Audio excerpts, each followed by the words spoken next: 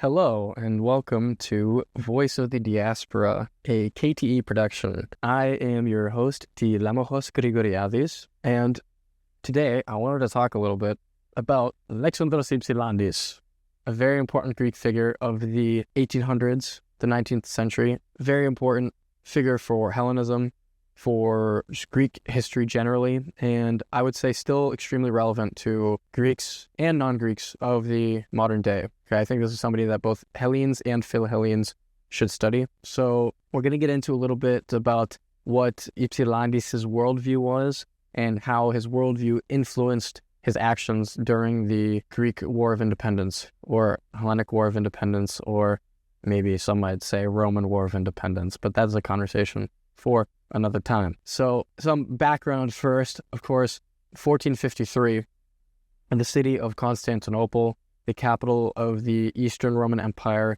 was seized by the Ottoman Turks. And this event is usually pointed to as the event that marked the end of the empire. But of course, the Roman Empire still continued to exist in some sense for a little while afterwards, because you had the Despotate of Morea free from Turkish rule until 1460, and Trebizond as well remained free until the 15th of August, 1461. The Trebizond Emperor Saint David of Trebizond was taken captive by the Turks along with his family, and they were executed, and they're considered martyrs in the Orthodox Church. So there was also, up in Crimea, there was some point to that as well, remaining independent for a little while longer as well. But 1453, the fall of Constantinople, that's usually pointed to as the fall of the empire, for a good reason, of course, Constantinople being the capital city of the empire, and not only just the political capital, but the center of Hellenism and of Orthodoxy up to that point, and still afterwards.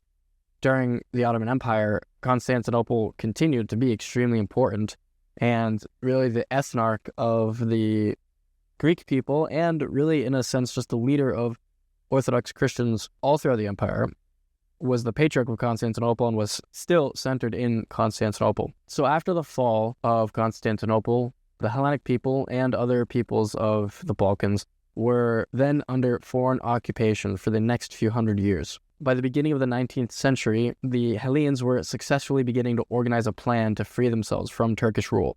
And it's important to remember as well that there were revolts, constant revolts in the empire all the time, from the fall of Constantinople all the way to the eventual freedom of the Greek people beginning in 1821. There were constantly, all the time, revolts happening against the Turks. The Greeks revolted more than 100 times before the successful revolution of 1821. In 1481, there was on the Mani Peninsula an uprising of fighters led by Krokodilos Klavas, who revolted against the Ottomans. Later on, there is the Andreas Palaiologos. He attempted to start a revolution against the Turks. And so it keeps going on all throughout the years, but there's tons of revolts. But finally, it takes until 1821 for the revolts to finally begin to be successful.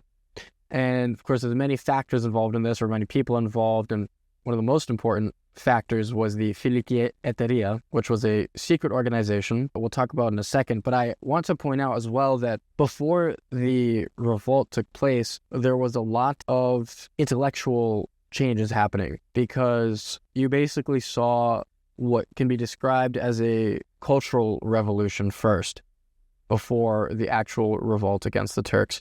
So you had a sort of revitalization of Hellenism taking place amongst the people, amongst the, maybe you can say, intellectual elites. And so that was necessary because there couldn't have been a successful revolt if the people involved didn't know what they were fighting for. And so that's why there had to be this intellectual and cultural shift first before there could be a successful struggle against the Ottomans. So the Filiki Eteria was a secret organization founded in Odessa in the year 1814. It was founded with the intention of freeing the Greeks and other Balkan Orthodox peoples from enslavement under the Turks and establishing an independent state.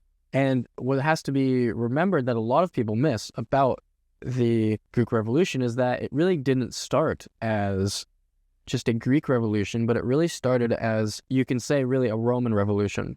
because it began in two places, in the Peloponnese and also up north, and we'll get into this in a second, also in Romania, modern-day Romania. And the intention was to revolt in both those places and then meet in the middle. And what they wanted to do was free the entirety of the Balkans and Asia Minor and essentially create a new Roman Empire. That was what their goal was. And of course, obviously, this is not what ends up happening, but that was their original plan. And we'll see with Ypsilantis, as they are trying to revolt, not only trying, but just as the revolt is going on, there's many Greeks with them, but then they're also calling on the Slavs and the Moldavians and Wallachians and these other Orthodox peoples that are native to the Balkans, and they're calling on all of them to revolt together against the Turkish occupiers. So the Filiki Eteria, the founding members of this organization, were three merchants. The three merchants were Nikolaos Skoufas, Athanasios Tsakalov, and Emmanuel Santhos. Okay, these are the three founders of the Filiki Eteria, and the organization called for the not just Hellenic people, but also the Serbs and Romanians and others, and called them to, quote, attach themselves to the cause of the cross. So we see this Christian viewpoint of theirs. Obviously, Orthodoxy was very, very important to them and to their cause, and they saw it that way. And so one of the most important members of the Filiki Eteria was Alexandros Ypsilantis. And in 1820, Alexandros was made the leader of the Filiki Eteria. And to understand Ypsilantis' role in the Filiki Eteria and the revolution, we have to understand his early life and his background. So the Ypsilantis family hailed from Pontus and had escaped to Russia. He was born on the 12th of December in the year 1792. He was the son of Prince Constantinos Ypsilantis, ruler of Moldavia and Wallachia, and his mother was Elisabeta Vocorescu of the House of Vocorescu, one of the oldest noble families of Wallachia. So Prince Constantinos was a zealous supporter of Russia, but he lost power after plotting to liberate Hellas. The plot failed. He fled to Kiev. His estates and palace near Constantinople were confiscated, and his elderly father, who's also named Alexandros Ypsilantis, was executed. But back to Alexandros Ypsilantis, the grandson of the other Alexandros Ypsilantis. He was educated. He knew how to read and to write in Russian, German, French, and Moldavian, and he knew algebra. However, it seems he was lazy when it came to his studies, and so he did not achieve as much as he could. When Alexandros was 15, he came under the patronage of the Empress Maria Feodorovna. It was at this time that he joined the Cavalier Guard Regiment, a Russian heavy cavalry regiment created in the year 1800 as a reformation of another corps created by Catherine the Great. In 1810, he became lieutenant. By 1813, he was captain. He fought in the Napoleonic Wars, showing great courage, but also recklessness, eventually having his arm torn off by a cannonball.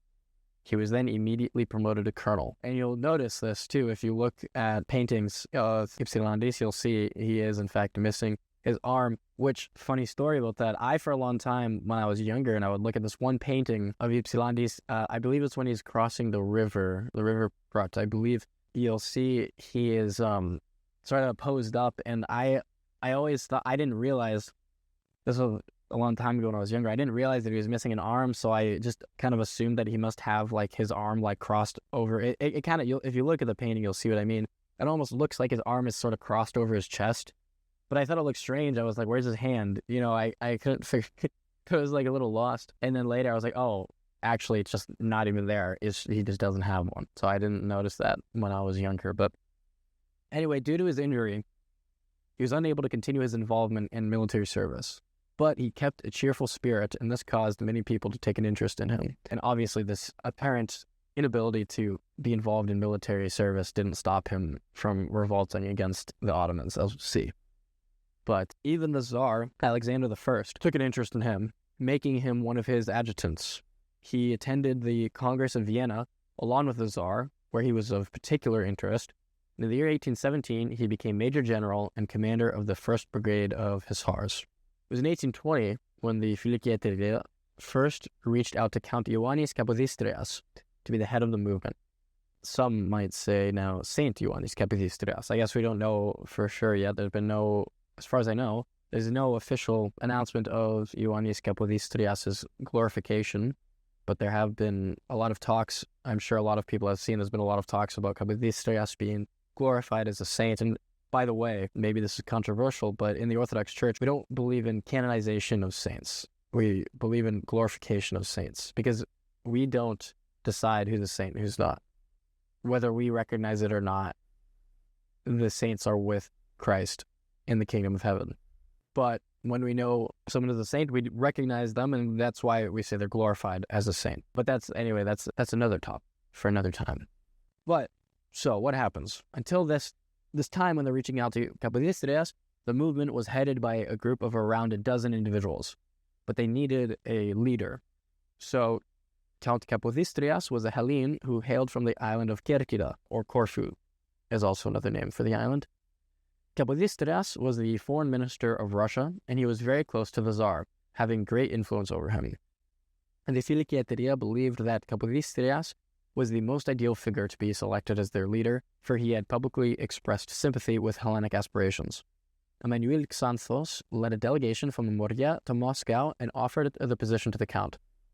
He refused, as his closeness with the Tsar granted him enough knowledge to know that the Hellenes should not rely on Russian aid. With Kapodistrias refusing, the Filiki Eteria instead selected Alexandros Ypsilantis, who enthusiastically accepted the position. Ypsilantis was not only enthusiastic, but he had wild dreams of ambition and a belief that he could rely on the moral and material support of the Russians. Ypsilantis requested a leave of absence to treat his wound, and in July he left St. Petersburg and headed to Odessa. He passed through Moscow and was greeted with enthusiasm. He then passed through Kiev, said farewell to his mother, and then arrived in Odessa. The Filiki Eteria were left to decide if the revolt should begin in the north or in the south of the empire. They were of the opinion that they could only beat the Turks with the aid of the Russians. They needed an excuse for Russian intervention, and they concluded that hostilities against the Turks in the Danubian provinces would be this excuse. The Turks were also very weak in this area. In Brylov, they numbered only around 700. They also were very low on supplies, thanks to the recent revolt of Ali Pasha. On February 22nd, 1821, Ypsilantis dressed himself in a Russian general's uniform, and with only his brother Yorgos and two close friends, crossed the frozen Prut and traveled to Yash. They arrived in Yash on the 6th of March, and Ypsilantis declared to the Moldavians that he was the champion of the cross and herald of the dawn of freedom, and had the support of a great power. The native Moldavians, though, had a negative opinion of the Fanatiot Greeks, the Tsar, and his Russian Empire, and so this did Ypsilantis cause no favors. The members of the Filiki Eteria in Yash, however, greeted him with enthusiasm, and Ypsilantis embraced them and declared, "I have come to die with you." Ypsilantis issued a proclamation to the Hellenes, where he called on the Hellenic people to rise up against their 400-year-long oppressors. I'm going to read this. It's a bit long, but I think it's important. So I'm quoting now from Ypsilantis. He says, "The hour has struck, valiant Greeks. For a long time, the people of Europe, fighting for their rights and their liberties, invited us to follow them. They, although almost free, have sought with all their strength to increase their liberty, and thus all their happiness. Our brethren and our friends are ready on all sides. The Serbians, the Suliots, and all Epirus await us in arms. Let us unite with enthusiasm. Our country calls on us. Let the sound, then, of our warlike trumpet resound through all the mountains. Let the valleys re-echo the terrible din of our arms. Europe will admire our valor, and our trembling and debased enemies will fly before us. Let us march, friends, and you will see one of the first powers protect our rights. You will see, even among our enemies, some who will turn their backs on them, and will join us, drawn on by the justice of our cause. Let them present themselves with sincerity, and our country will receive them in her bosom. What, then, holds back your powerful arm? The enemy is weak and without courage, without vigor. Our generals are skillful, and the whole nation filled with enthusiasm. At Rome, a friend of Caesar, showing the bloody garment of the tyrant, roused the people to enthusiasm. What will you do then, Greeks? You whose country, stripped of her vestments, shows her wounds, with a broken voice implores the help of her children.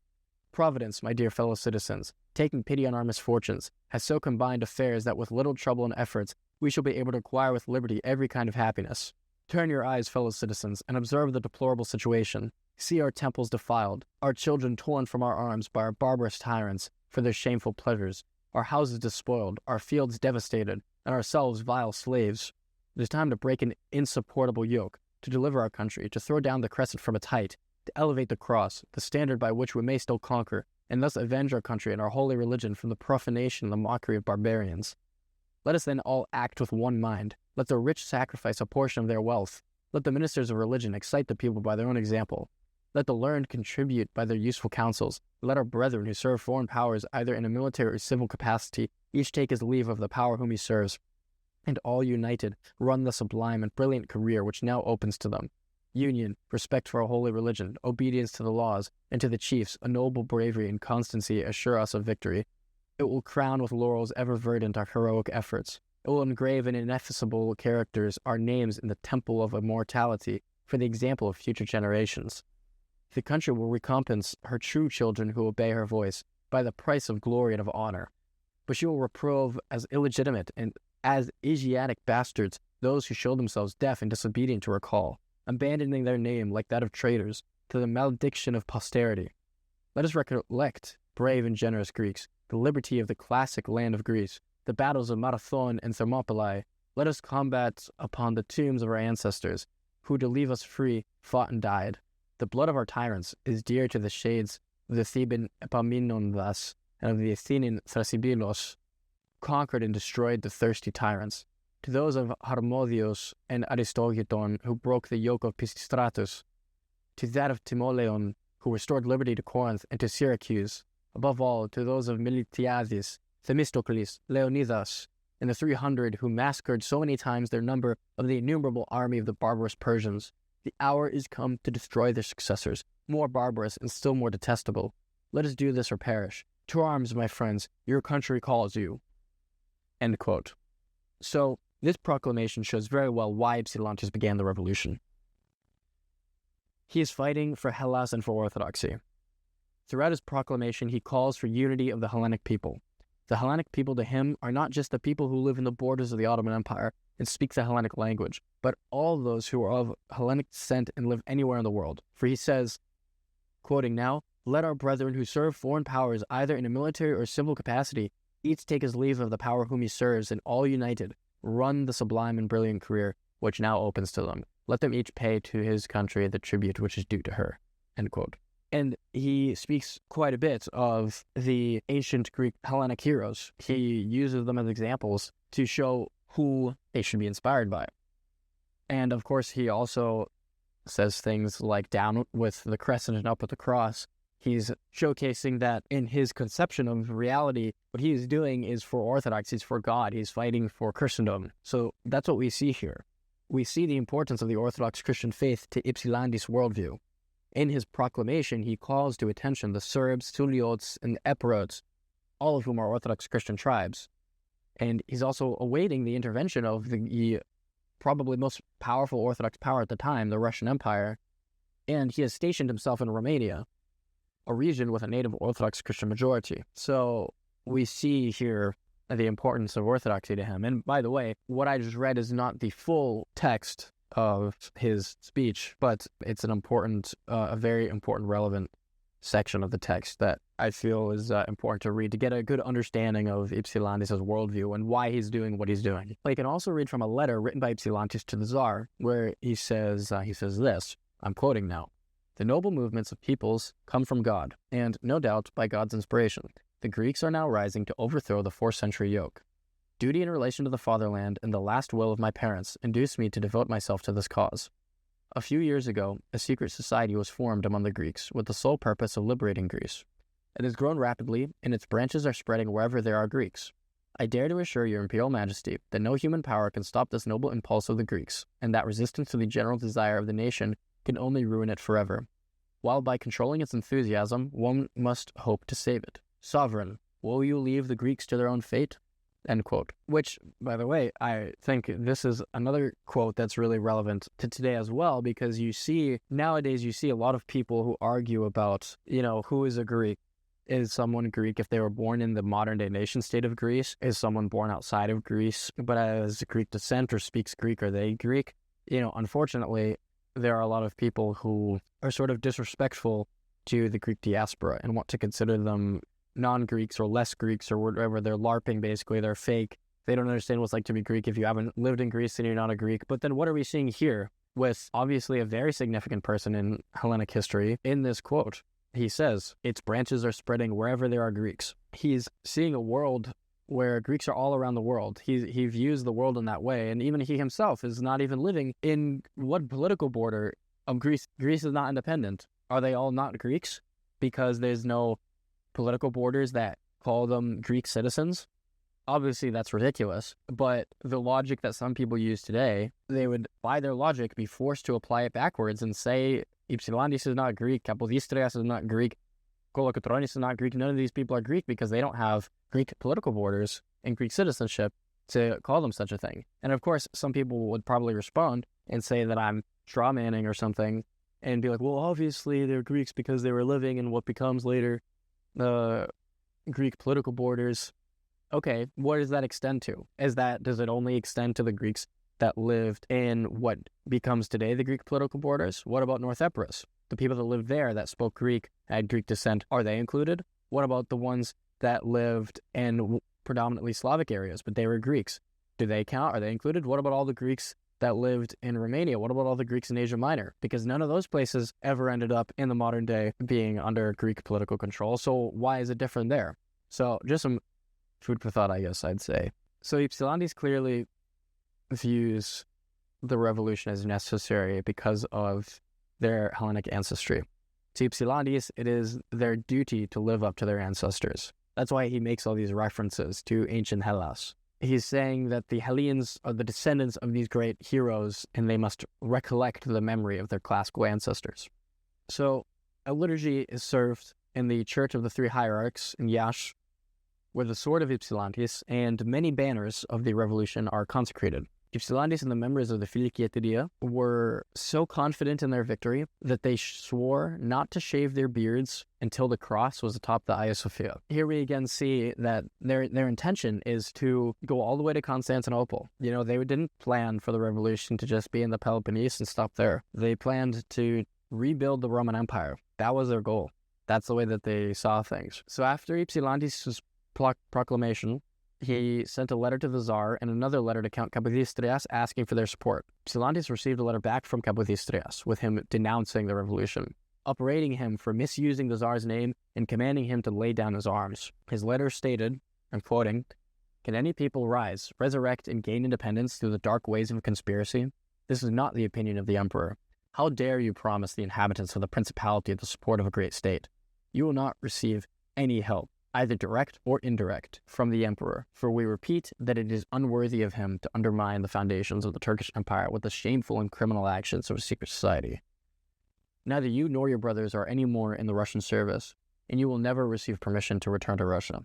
End quote. So, by this point, Ypsilantis was reported by others to have begun acting as though he were a new Roman emperor, mimicking the ancient Eastern Roman court. Ypsilantis and his men marched to Bucharest and attempted to recruit volunteers. They were short on money and began attacking Turks in the region, including attacking Turkish merchants at Galati. In March, Ypsilantis formed a special military force out of Hellenic volunteers from around Europe called the Sacred Band, taking its name from the ancient Sacred Band of Thebes. The Sacred Band consisted of 500 Hellenic youths whose courage was greater than their experience or physical powers. That's a quote. Courage was greater than their experience or physical powers. After finally entering Wallachia, Ypsilantis' revolution was condemned by Saint Patriarch Gregory V. The Patriarch called on the Orthodox to remain loyal to the Sultan, and denouncing Ypsilantis called his revolution, quote, a foul, impious, and foolish work. There has been much speculation as to why the Patriarch condemned the revolution. As I said earlier, in the Ottoman Empire, the Patriarch of Constantinople was considered to be the ethnarch of the Roman people. It is possible that the Patriarch felt that since he was the leader of an entire church, he had to protect them from reprisals by the Turks, and for this reason he had to denounce the revolution, even if he secretly prayed for its victory.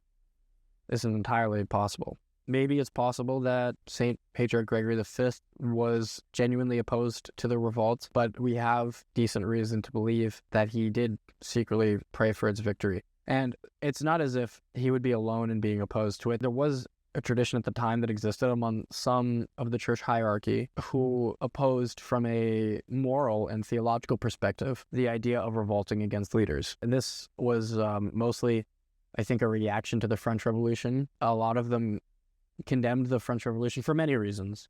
But one of the things that some clergy at the time were saying and were writing was that, God puts these people into power, so you can't revolt against them because it's God's will that they are ruling over you. Is it possible that St. Patriarch Gregory agreed with that way of thinking? Perhaps. Is it possible that he was doing what he thought was best to protect the people from Turkish reprisals? That's also possible. We can't really say. But St. Patriarch Gregory would be killed soon after this by the Turks.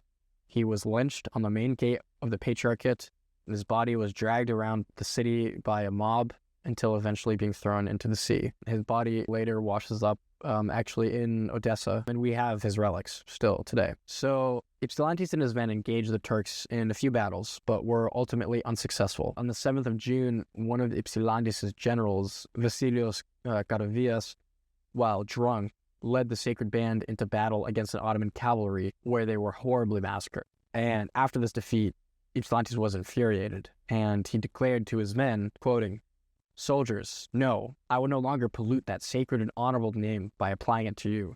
You are a cowardly rabble. You have broken your oaths. You have betrayed God and your country. You have betrayed me too at the moment when I hoped either to conquer or to die with honor among you. Run off to the Turks, who alone are worthy of your support. Run off to the Turks and kiss their hands from which still drips the blood of those they have inhumanely slaughtered. Yes, run off to them. Buy slavery with your lives and with the honor of your wives and children." End quote. So this final declaration by Ypsilantis shows once again his cause to fight and die for Hellenism and Orthodoxy. That's what he believes in. That's why he's fighting. That's why he's doing the revolution. That's his belief. That's his cause. And Ypsilantis seems to heavily imply not only that he wishes to see victory for the Hellenic people, but that he wants to die for his victory. I mean, look at what he says. He says, "You have betrayed me too at the moment when I hoped either to conquer or to die with honor among you." So it seems to be that he's not just interested in a victory, but he seems to have, at least on some level, a desire to be a martyr. Because he's infuriated. He's feeling this sense of passion and when he's saying these words. And this is what he says. He says either to conquer or to die. So that seems to express something about the way he views his cause.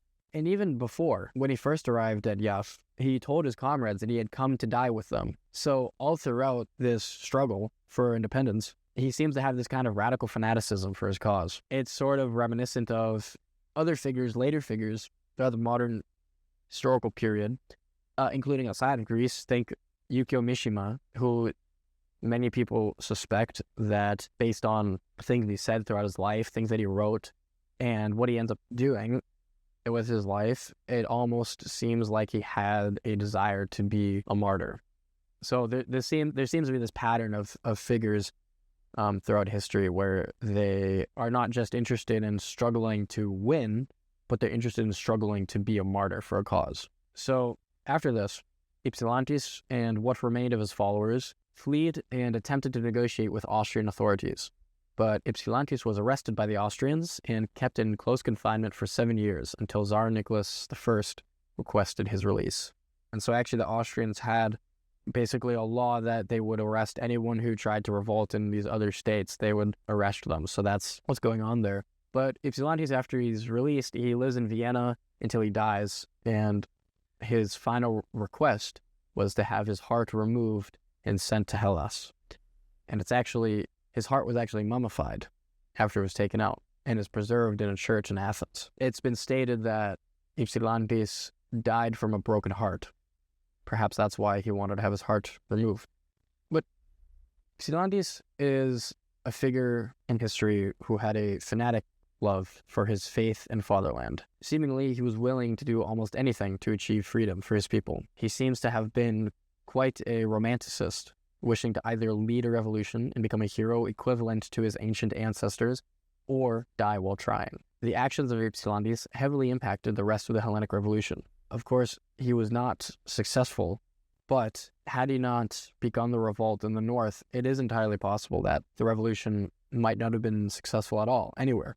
Of course, many of you probably know, March 25th, 1821 is the date we traditionally say the revolution started. That's the date we usually give. And, had Ypsilantis not attempted his revolt, even though it was unsuccessful, had he not attempted this, this would have changed the course of history so that maybe the fight for freedom for the Greeks would have never taken place at all. And it's entirely possible, maybe, this is a big assumption, but it's entirely possible that we could still be living under Turkish enslavement today. It's very unlikely, I'd say. I think the most likely scenario is that eventually, probably sometime soon after, there would have been a successful revolt. But maybe not. You change one thing and it creates this butterfly effect where all of history could be completely different. So we don't know.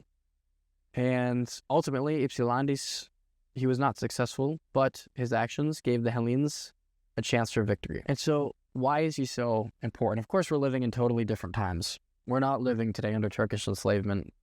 We're not living in times of a battle for independence. So why even study this? This happened 200 years ago. Why does it matter? Because when we begin to forget about our history, that's when we start to lose touch with who we are. We start to lose touch with our culture. We start to lose touch with our ancestors. I know someone personally who is a descendant of the Ypsilantis family. They're related to this man. History lives within us. History continues on. The times have changed. History goes on. There are new battles, new struggles, new ideas, new days, new theories, new adventures. But these stories are passed down to us because these were people who believed in something. These were people who saw that patris, thriskia, ikouenia was important. They saw that the Hellenic people was something that truly mattered. And they wanted to keep the flame of Hellenism alive. And they wanted to worship God freely. At this time, it was a danger even to just be a Christian. To be an Orthodox Christian was something that could get you killed. That's why they were living in such radical times where they were willing to fight, because just believing in Jesus Christ was dangerous at this time. They were living under the Turkish yoke where we have so many martyrs, millions of martyrs, not all of them glorified as saints, but so many thousands of names. Millions of souls lived through these difficult times, and it's a dishonor to forget about them. That's why this is so important, because these were people who mattered and who ultimately did things for us. They didn't know it. They didn't know us. They lived so long ago, but had they not believed in something, we might not be here today. So that's why we show them honor and respect, and that's why we remember them, and that's why we pray for their souls in church. Because even being great hero on the battlefield doesn't necessarily save your soul. So we don't know what happened to Alexandros Ypsilantis after his body died. We don't know the state of his soul. We don't know where he was. But we pray for him because we see that he did things that we consider to be important, we consider to be honorable.